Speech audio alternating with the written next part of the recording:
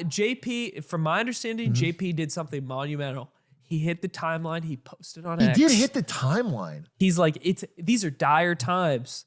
And I'm posting a Twitter video to explain to the broader public that I'm being politically attacked. I thought it was pretty fire, but also it is unprecedented. It's never happened. We've never had a sitting Fed chair make a message direct to the public saying the president is trying to indict me to get me to lower interest rates, which is crazy. Yeah, that is what's happening. I kind of did I don't want to go too into it, but I'll just say the takeaway since even that clip I recorded is every central banker in the world basically has come out and signed a letter condemning this.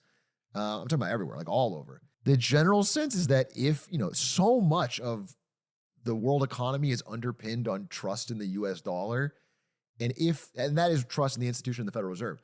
If it is felt that he has kicked out Jerome Powell and put in a toady that will do whatever he says, it's going to have serious consequences. In fact, a lot of people were saying in the central bank community that nobody should accept the nomination to replace him in May until this is dropped and figured out. Because anyone who takes the job now would tacitly be saying that they are 100% under his thumb on raising lowering interest rates. And again, the examples of other countries that have done this are like a who's who of destroyed currencies. It is Venezuela. It is Zimbabwe. It is Turkey. We're coming back to Madagascar. You're hitting the Hall of Fame. This is the I was Hall like, of is he going to say Fame? Zimbabwe?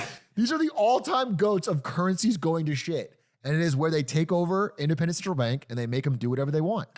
And so, I don't know. I think it's like a under-discussed story because it's like finance or whatever, but I think it's spooky.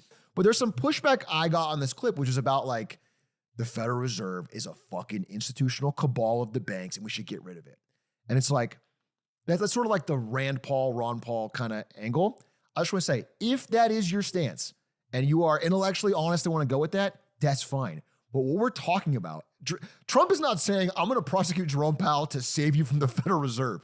He is saying, I would like to get rid of Jerome Powell so I can keep the Federal Reserve exactly the same, but I own it. He is not, you know what I'm saying? Nobody, it is so intellectually dishonest to be like, wow, Atrioc, you're supporting everything the Federal Reserve's ever done. It's like, whatever you're saying is not what we're talking about. We're talking about a person trying to put personal control on it, which every time it's been done has ended in economic disaster.